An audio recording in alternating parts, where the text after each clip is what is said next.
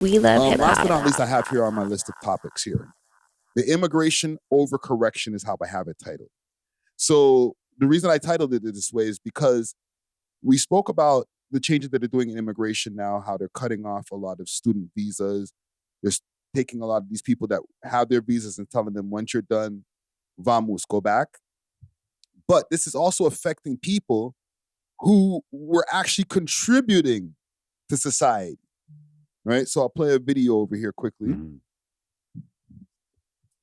of this gentleman who's having some issues. We recognize the human toll on these individuals. A lot of them have put their life savings in coming into Canada. Immigration lawyer Mario Bellissimo says for people who came to Canada to study, the Ontario Immigration Nominee Program was promoted as a path to permanent residence.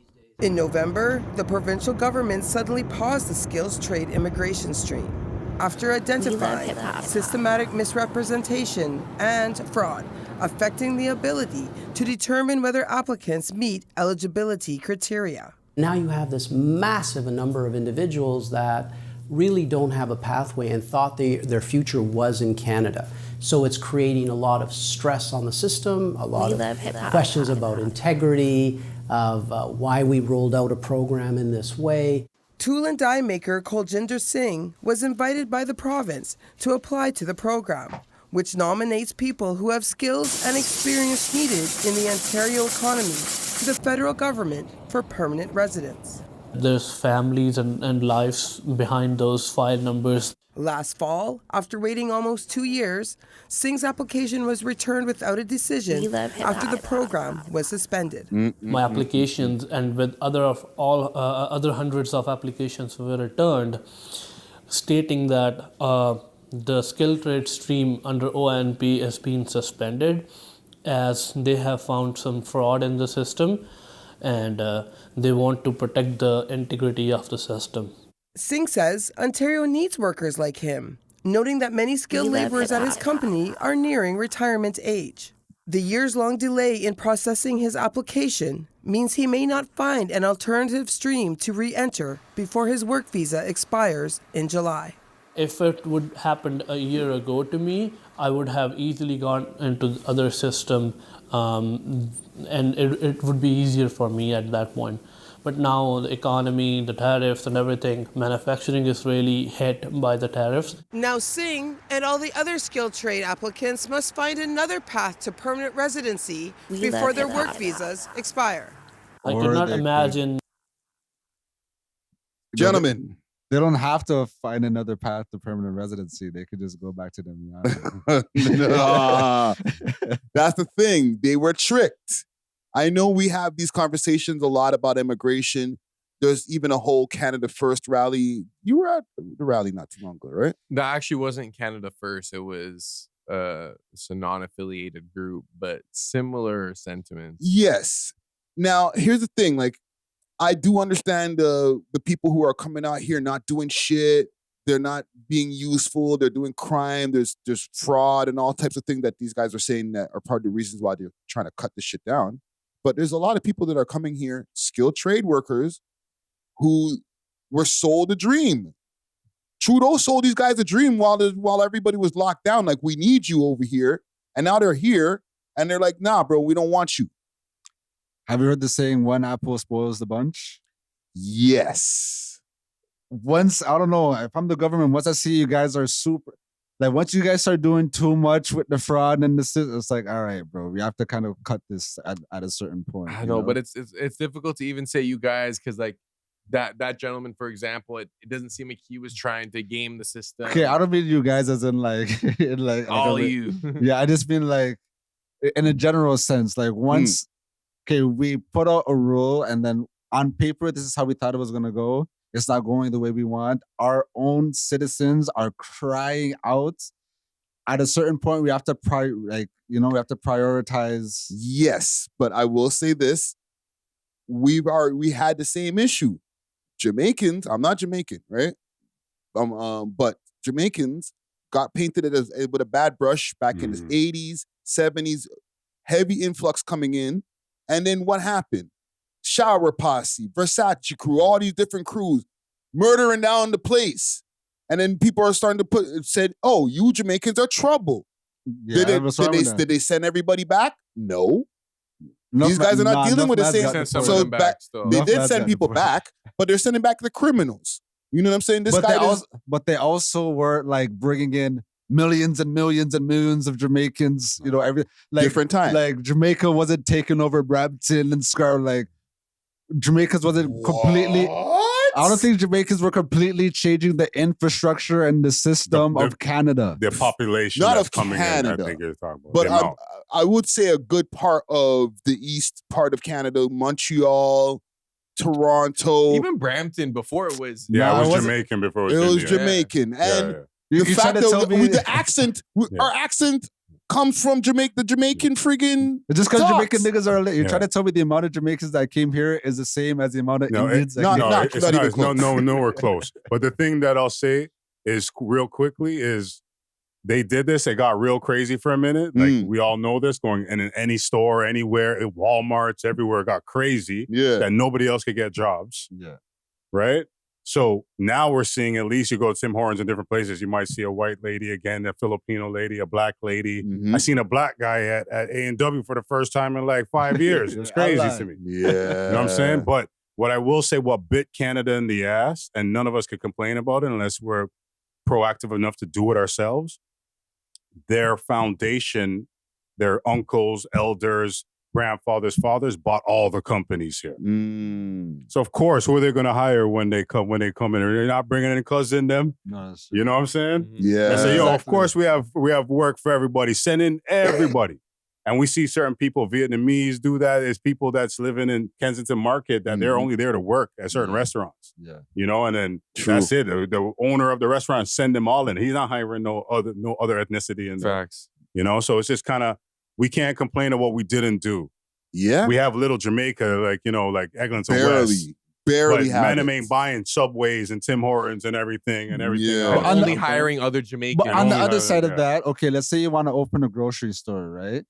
And you have the money to do it. There's like, there literally is a mafia that controls the produce that comes in because like there's only certain things we could grow here. Mm. So if you want to open your store and you're not even getting the good fruits and vegetables and stuff, like how's the business gonna be? What I'll How tell you you, gonna- as a black man that has made it into like alcohol world in my lifetime, Big up. Homer's Premium Lager, Mango Express, you know, going to be in stores soon. Man. Seen, but you just have to just cross your T's, dot your I's, do the work. Sometimes people don't know who you are behind the scenes. You know, what would once- you say yeah. to the shops on Eglinton West?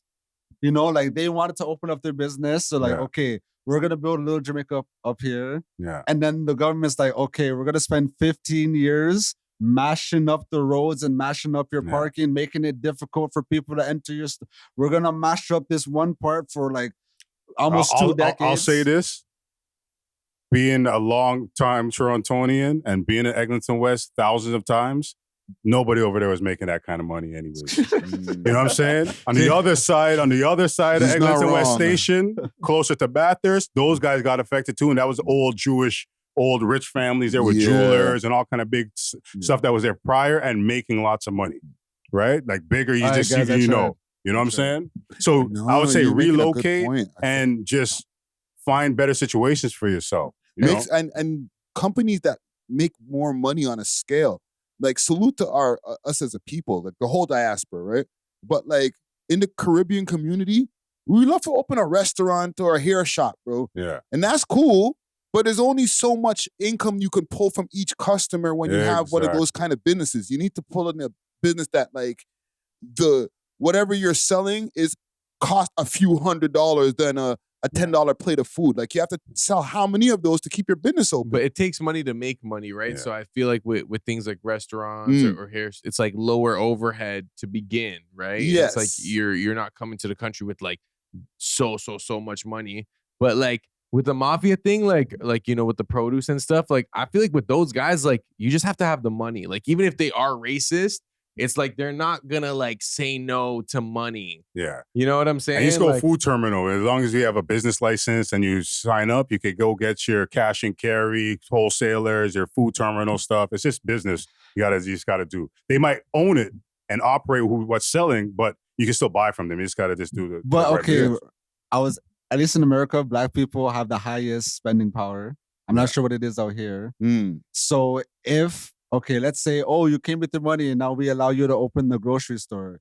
If niggas are now going and shopping with the niggas, and then now the black dollar is circulating in the black community, like that's a power that I feel like they don't want niggas to have. You know what I mean? But I feel like that's on the black community to support their own. Like Chinese people go to Chinese grocery stores, Arabs go to Arab grocery stores. So it's not like the system's stopping black people from doing that. No, I'm saying the system is set up to stop for mans to be able to even open the grocery store. You know what I mean? There is like a barrier of entry, and redlining, all them stuff. Make it hard to get started. But I feel like, and I don't know if it's based on race or if it's just based on doesn't everyone have to go through the same process when they open a business here? Yes, but sometimes you got to jump through a couple of hoops or maybe get somebody else to go represent for you when you're part of the black community. Where I don't even see it even being as hard for like the South Asian community. Right. They're even more accepted even though they're getting kicked out, as far as for business, they're way more accepted in rooms than the black community has been accepted. And then another important thing about that is they have the population to make that sustainable for whatever ethnic purpose businesses. We don't. They have millions of people in this country alone, and we have pockets of people in different areas that aren't going to travel. Good point. But sorry to call you. A quick gem though for everybody is if you're not attached to something personally, then just do smart business. Smart business is what population is going to buy what's the highest population, and having products or businesses that are offered to everybody, not one ethnic group or not. Exactly. And it would be smarter as a black person to make business that's geared towards Indian. That's what I was just thinking. You know what I'm saying? Or Asian. Like I'm a man, I'll open up an Asian, full authentic, you know what I'm saying, Chinese restaurant or something, and it's only Asian people running it. Yeah. You don't need to know who I am. Yeah, you just come into the back and go pick up your money and That's go. It. So if you think about it like that, then you remove the attachment, because I cringe almost at people opening Jamaican restaurants or ethnic-based restaurants anymore, because you know how hard it is. Yeah. No, exactly. So why not make an Indian restaurant and just bring a couple of Douglas man them to sit in the back? Because what runs restaurants, just so you get an example of what I'm talking about, most restaurants across Ontario are owned by Sri Lankan guys. You only even see like white Thai restaurants. You only see white women and white young white girls in the front. If you're in like out of town, if you go travel across Ontario, all them burger, whatever burger joint, steaks, this, whatever. Yeah. A couple old Sri Lankan guys in the back. You're right, bro. Yeah. And they own it. They don't want to be seen. Fam, not only that, Popeyes, all that other shit all too. That shit. Not for the gas stations. Yeah. Fox on John, which is like a white bar. I DJ there a couple of times. I'm getting e-transfers from the owner. Shalanga-tanga-tang, bro. Like, you know what? Scotty Buns, which is a Caribbean style I guess franchise. It's not even owned by Caribbean people. Yeah, it's like Afghan or what's even crazier is most of our authentic Greek spots that we know and love on Danforth. Sri Lankan man them in the back that run that too. Yeah, oh my God. They got the hack, bro. The older Greek generation is the ones that bought a lot of the plazas. It's probably the Greek and Jewish families that got to buy the plazas. Yeah, they own that block on Yonge Street. They own that block on Gerrard or wherever it is. And then what happened is there are so many workers coming in from Sri Lanka that they're so close in community that they would just see how the business is running because they're the chef or whatever, and then the guys would just sell them the business, and then the men got smart, caked up, and I remember when I had the chicken and waffle spot for a second, the men that came in there, they were doing 200 meal prep per day for the Ukrainian refugees a day, 200 meals a day, and they just rented out the whole spot to this, and then their lingo is how much restaurant you have. You know, Jamaica, how much kids you have? The man I say, how much restaurant you have? How much business you have? That's a stunt. Right? But do you feel like you get into territories of like, I don't want to say cultural appropriation, but like if you're a Jamaican dude and like you're like, okay, let me cater to like the Indian population, but like, how would you ensure that it's authentic? Like, so, you just outsource everything? Indians run Subways and Tim Hortons. They're not authentic to Canadian. They just run it. But they're getting all their ingredients from like the franchise. So it's like the franchise is not Indian either. The franchises are probably American or whatever. Yeah. You know? But it's like there's like a standard, like, okay, you're gonna get the bread, you're gonna get like whatever the ingredients from Subway, the corporation. So you have like consistency, even though some Subways are better than than others, even Yeah. McDonald's and stuff. But when you're opening like a one-off restaurant, like say you just came to Canada, you have these culinary skills. All you know how to do is cook Jamaican food really, really well. Yeah. So it's gonna be like, okay, like you're not gonna just start an Indian restaurant and like learn this whole new cuisine, because now you're competing with other Indians who like that's their whole thing. As a consultant for some people that would do these different kind of industries or whatever, I would say you don't need to open a business. Then you just need to be hired as a Jamaican chef in an existing successful place, and just be the best Jamaican chef you can be. And just go around the world, be a Jamaican chef in California, or if you're here, find the most expensive place that's going to pay you to be that Jamaican chef. Yeah. Because why risk everything else? Yeah. Just make the couple. It's a lot to handle when you're doing business. It's a lot. Yeah. Yeah. Insurance, staff, all this, it's a lot. It never stops, you know? So sometimes you have to make the decision. With all the businesses that I had to decide, well, do I like running the business or do I just want to make money? Because if I want to make money, then I could get paid from somebody else for my expertise rather than try and invest my money to, you know, take a chance. Because if it's not 100%, 100% is already guaranteed. That's why there's franchises, right? True. They already did the work to make that credible, like a mall. You So- know, you could get a store in the mall. They already made it. The mall's popular enough to have the customers in there. That's their job. They can't charge you more rent than they could bring customers into the mall. Yeah. But I think the mall is where it gets political, where it's like they're only gonna rent out that real estate to like for example, New York Fries is always gonna get like a one spot in the mall. Like there are certain corporate relations with like Cadillac Fairview and like certain other franchises where it's like, okay, you're guaranteed a spot in our mall because we party together and Christmas or whatever. So like it's gonna be hard for like a local restaurant to get into a mall, and your rent is gonna be crazy. So That's why if you want to pay the rent, then you just pay the rent, you know. But again, you have to be on that level. And then maybe the mall stipulation is franchise only. You have to have multiple locations. So, you know, if you have to have that, then and you're about that business, you're gonna say, all right, I'm gonna open up 5 other locations. Then it's just rent. Yeah. I remember last points also. Yes. In STC they had that black store that black owned or whatever. Clothing. Stocks had one in there. It was like everything. I think it was Eaton Center and STC, but it closed down because I think not enough people were supporting it. I think it was Broadway or something like that. It might have been called Broadway fashion. No. It was literally like the store was literally called Black Owned blah blah blah. Because like they're going crazy. Yeah, she was like one of those Instagram shorties that like she went viral on Instagram because she was selling like black owned stuff online, and then she tried to bring a brick and mortar, but yeah, she went crazy with the name right there. Well, listen, man, I have no solutions for our South Asian brethren. You know what I'm saying? We don't make the rules over here. I don't know if you follow them, but I have a solution. Talk to me. Try to marry a local Canadian woman. That's what they're trying to do, but they're catching charges and things, bro. Do it slick. Maybe actually bag a Canadian girl. There's already bare, and if you want to just keep it within your caste or whatever, like there's already bare like Punjabi Canadian girls. So it's like, I don't know, you can get a Canadian citizenship like that. I'm just saying. Yeah, no. I wonder what that process might be like tricky because they're already suspected of all kind of stuff. So I might just see like, you know, Punjabi guy coming over with a white girl. I know. Like, yeah, this is you know, Kelly. I'm marrying her. No, honestly, we like each other. Like, really, no, it's really like lovely. It's our solution. It's our solution to the fraud. Do some fraud. No, it's real love. Like, it's not just for paper. Like. Well, let's wrap it up for the evening here. We Thanks love for hip watching. hop. If you enjoyed this video, please make sure to check out these other videos on the screen and make sure to like and subscribe. We love hip hop.